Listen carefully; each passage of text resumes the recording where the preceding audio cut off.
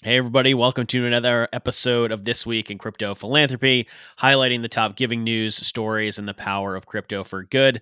Nick Mikhalevsky, Senior Sales Manager here at The Giving Block, and of course, joined once again by Pietro Moran, Director of Crypto at Shift4. Pietro, how's it going? It's going great. Another week, another all-time high. Can't complain.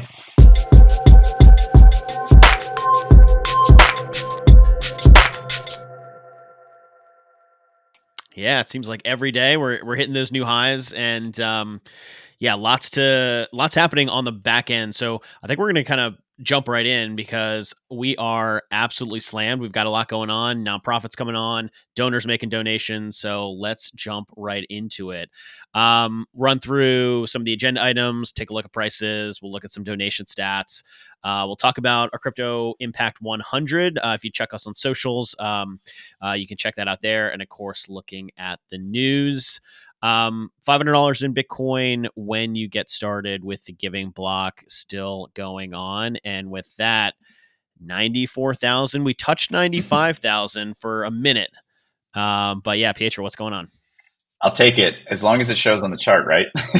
But yeah, another excellent week for Bitcoin price action. I mean, we were at 95,000 just for a brief moment earlier today, but sitting right around 94,000. So, things are pulling back on a slow, or on a lower time frame. Nothing to be worried about. $1,000 on Bitcoin is approaching only 1%. So when we think about it, right, 4, 5, 6 years ago, $1,000 might have been a 20% move.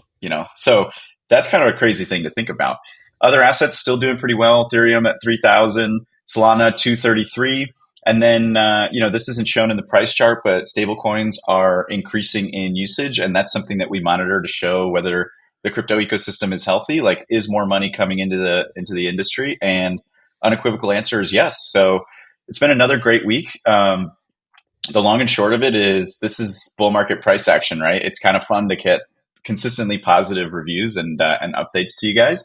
But everything from meme land to Bitcoin to you name it has been performing, and we're excited to see what that means going into the end of the year. Yeah, and for anybody who was here just a short 24 months ago, it's crazy to think November 2022, the price of Bitcoin was 16,000.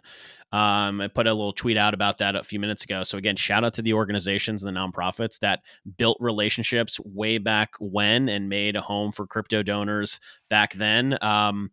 Crypto givers are back and they're giving even bigger than ever before with prices this high. So yeah, phenomenal to see, and we'll see this price action continue through the rest of giving season. As we said before, couldn't have had a better script. So with that, looking at the last 7 days, another really strong week. I mean, $1.2 million in crypto donations over the past week. We're getting into these like million plus weeks, which is what we tend to see. The only question is, how much will we see with prices even higher than we saw the last go round? Almost 700 organizations receiving crypto gifts in the last week. It's a huge number. And again, I expect to see that number climb. And Pietro, like you just said, with the crypto market kind of expanding overall, Bitcoin's still leading, but we're starting to see more Ethereum, more Solana, as we've seen that project absolutely increase pretty large. And of course, the stable coins are always in there, and we're still seeing that climb as well. I kept this last bullet point on just to kind of remind folks that our private donor services team that interacts with donors every single day, is getting more of those donation requests that are being fulfilled. And folks had said, hey, look, if it, even a month ago, I mean, it was trading at 68,000. We had folks saying, look, when it gets to like 70, 75, that's kind of my number. It absolutely just went past that so quickly that donors are really excited to know that their impact is going even farther and they have that much more ability to give well beyond what they may have considered, just from last month. So, yeah, we're starting to see those conversations, come back. And I think we'll only see more increased gifts, especially over this next week as we head into Giving Tuesday and really in earnest come December. So yeah, Pietro, I'd love to get your thoughts. I mean, 700 organizations almost getting a gift, I think, is the highlight for me. It's really nice when $1 million week is not the highlight, because that just shows that things are happening in a good way. But yeah, 700 or 668 to be exact, unique organizations receiving a gift just shows, I think, the diversity of one like platforms that are using the Giving Block, which I think is cool. But then the donors aren't just highlighting, 3, 4, 10, maybe even 100 nonprofits. They're saying, okay, we have a diverse, broad base of causes that we care about. And, they're thinking global, they're thinking local, and they are, putting their money to work, which is awesome. And then it's crazy too, when you say like 75,000 was the target that a lot of people had. That's not even old news. I mean, we're talking about a matter of weeks where that was a very relevant target for a lot of folks. And now people might be saying 100,000. I mean, we're knocking right on the door. It's pretty crazy to think. And, yeah, I mean, super stoked to see more and more folks participating in the trend, and it's not just something that a small select group of charities are benefiting from. So that to me, if we can keep that number high, is the sign of success. Yeah. And I guess carrying on like the how much is changing in the industry. We wanted to highlight something that we just posted about our crypto impact 100, and this is really our way of showcasing and celebrating some of the most influential figures that are shaping the face of crypto. So these are innovators and influencers and philanthropists, of course, that are driving shifts toward making crypto a powerful force for good in the world. So if you're on our socials, check it out. We'll be adding more names to this list and highlighting some great folks that we feel are the top 100 folks in the industry right now. On the screen here, couldn't help but share our fearless leader Jared Isaacman, astronaut, philanthropist, of course many people who are familiar with the Giving Block and sort of our ecosystem, and certainly crypto philanthropy in general, probably one of the poster childs for the industry, Ettore Rossetti from Save the Children, and Dennis Porter with the Satoshi Action Fund on the regulatory front, who's done a phenomenal job trying to advocate for clearer rules of the road for both the retail space and the institutional space, and certainly playing a big role in the halls of government as well. So keep an eye on this. We have a bunch of great organizations. Be great for nonprofits, to recognize these names and engage. It's certainly going to be a fantastic list that we're going to be share. So yeah, Pietro, what are your thoughts? Honestly, it's a veritable who's who of the folks both public and private behind the scenes as well, doing a lot for the industry. And what I think this project does, and I'm super happy that the Giving Block is putting this together, is I think it's just taking another step towards highlighting and educating folks as to the real folks that are engaging and fulfilling the missions of a lot of these nonprofits, whether it's donors, whether it's the folks at the nonprofits themselves, and then the ecosystem partners and folks that we have. You may even see a few podcast guests on this list, even who we've had the pleasure to talk to. But I think that to me is just a nice token of saying thank you for everything that you do, because a lot of the work is unseen, and I think these folks really deserve the recognition. Couldn't speak more highly of the 100 folks. I mean, it's tough to do just 100 because there's so many more out there, but we do really want to say thank you to everybody that's been highlighted here. And I mean, from an outsider looking in to some extent, it's awesome to see and even learn about folks I didn't know what they were up to, right? A great way for me to keep educating myself on who's doing what and the good that they're putting out in the world. Yeah, absolutely. Yeah, I couldn't have said that better myself. So, I guess maybe coming off of this, we're talking about all the things that are happening in the industry and a lot's going on. I mean, there's a lot of big news that kind of hit the wires even just today. So what's, what are some of the big stories? Yeah, 'tis the season of me never having a shortage of content, which I'm actually really happy for, because sometimes, if it's a bear market and there's not a lot happening, you're like, how do we keep people interested in the news? Not a problem for us today. So theme of this episode's news update, let's just say, is the White House talking about crypto specifically within the administration. So not that we are, talking about politics too often here, but what I do think is an interesting thing as a trend potentially moving forward is White House put out a bulletin saying that they are considering adding a crypto policy centric role within the administration, right? And I don't want to read too many tea leaves here and make predictions because, we're still pretty early to this news. I think it came out this morning.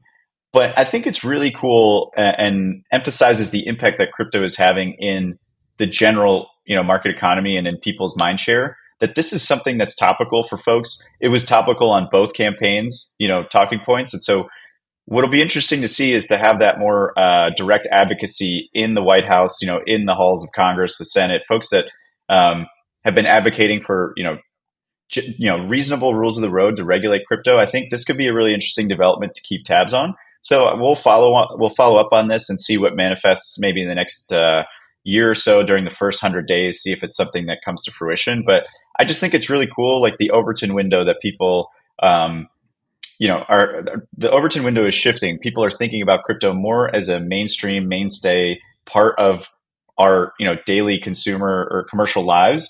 And I think that's really interesting to me. So again, kind of don't want to be too predictive on this, but I think it's going to be a really interesting thing to watch to have somebody, especially if it's an industry participant, influencing folks that, it's not their day job necessarily to follow crypto. So if you have a subject matter expert close to the folks that are decision makers, it can only be a good thing.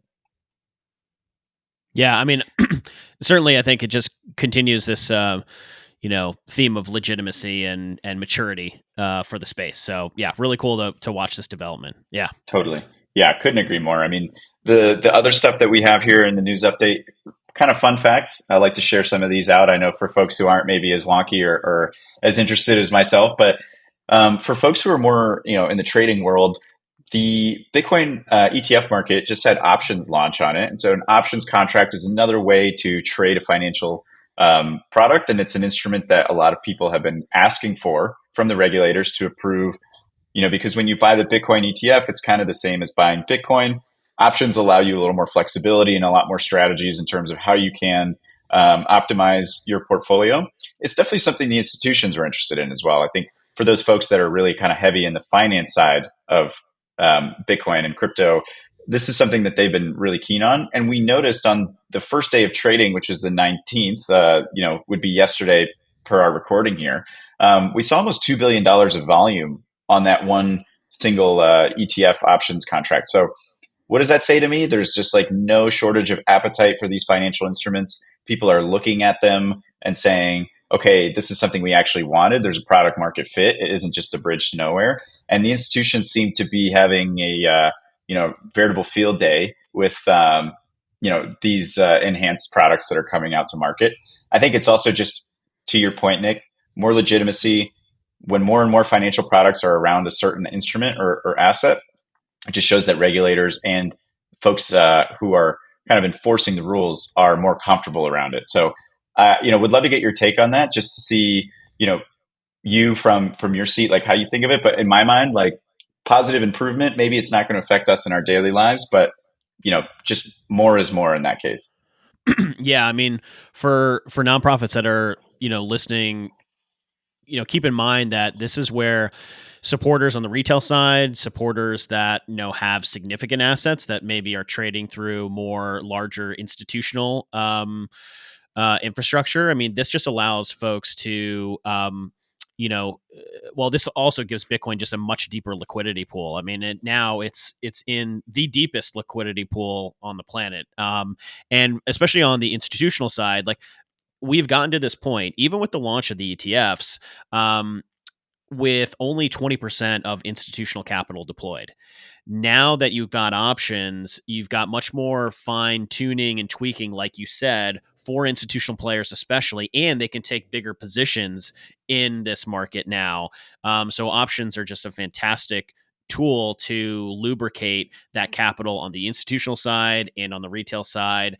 Yada, yada, yada for nonprofits, a lot more money going into the space. You want to accept this asset. So that's my TLDR.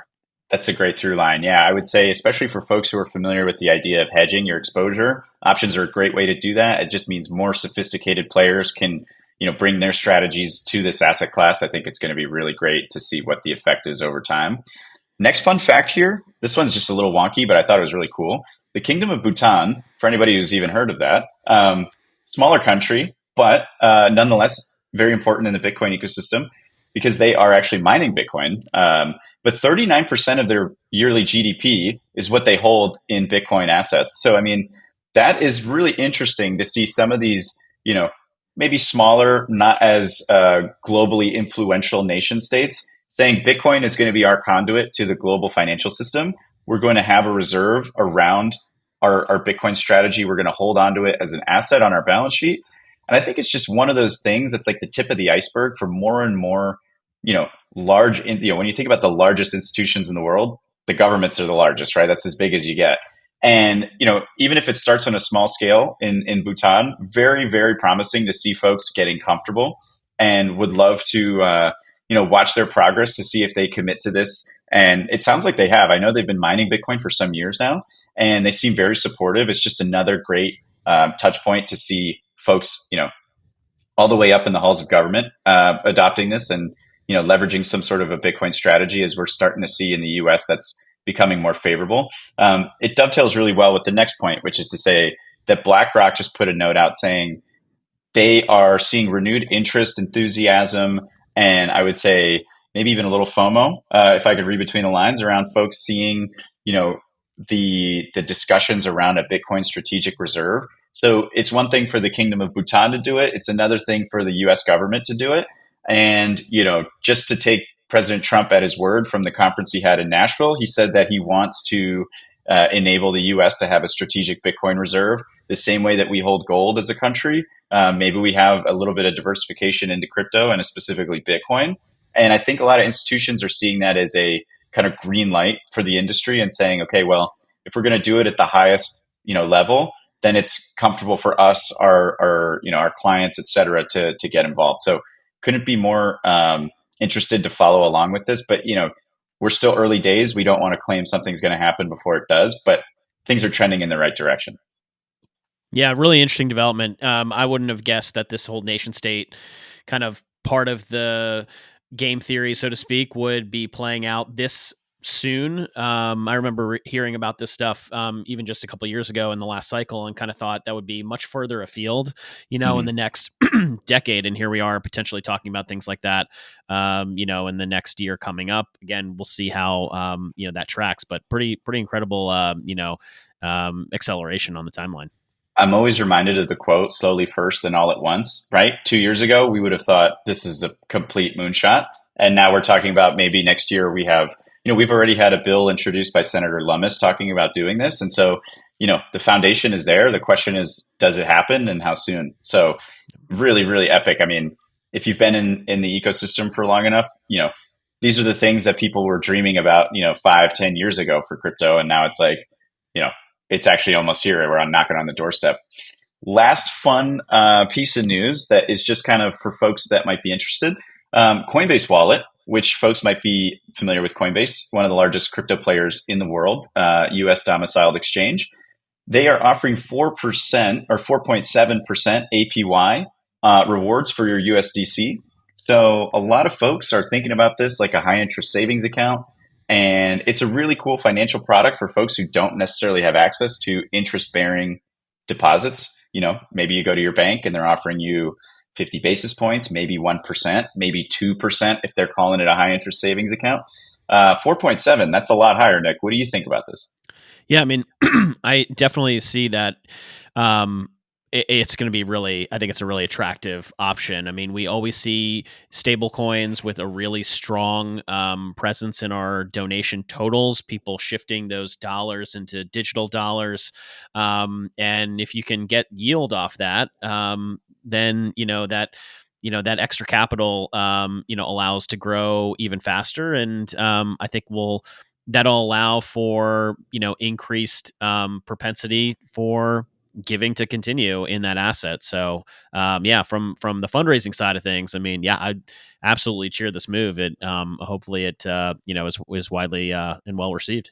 It goes, that's spot on. It goes really well with the theme of being your own bank to some extent. I think Coinbase is taking a lot of the financial tools that crypto enables and just bringing them directly to the consumer, right? Like, oh, I have my digital dollars and I can earn yield on them. I can plan around my future leveraging this technology, just more and more entrenched in our daily lives. And really excited to see what the uptick is and how many people start to use that product. But you know, from the payment side of the house, like where I sit, fintech is kind of eating the world, and this is just one, I would say, expansion of that. And it's really cool to see that crypto is, the underpinning for it. So super stoked. Congrats and shout out to the great folks at Coinbase. But Nick, I'll let you roll us out. Yeah, I mean, to wrap up, for the nonprofits listening, obviously we are about to get into the crazy part of giving season. 40% of crypto gifts are made now and next month. So this is when all the giving's happening. Markets are high, Bitcoin reaching a new all-time high. The institutional players are coming in more. The retail players are coming in more. If you look on the iPhone app store, the crypto apps are top spots. Google search trends at all time high. So again, couldn't have picked a better time for year end giving. Those year end appeals. I think we'll see a record breaking year for crypto giving. So stay tuned. It's going to be a crazy ride. Little programming note, we are going to be off next week. We've got the Thanksgiving holiday here in the US. Certainly that won't stop giving, and we'll be back for an update probably following Giving Tuesday. The Tuesday after Thanksgiving. So there's going to be a lot going on that week. I'm sure we'll have a lot of updates to share. Make sure you're following us on socials. I'll try to put out some updates of what we're seeing across the giving space. And if you are a nonprofit who is looking to get set up, reach out to us on socials, reach out to me, and we can try to make sure we get you set up for the year-end giving season. So with that, I hope everybody has a fantastic Thanksgiving if you celebrate that in the U.S., and we will be back right after Giving Tuesday. Good luck out there, everybody.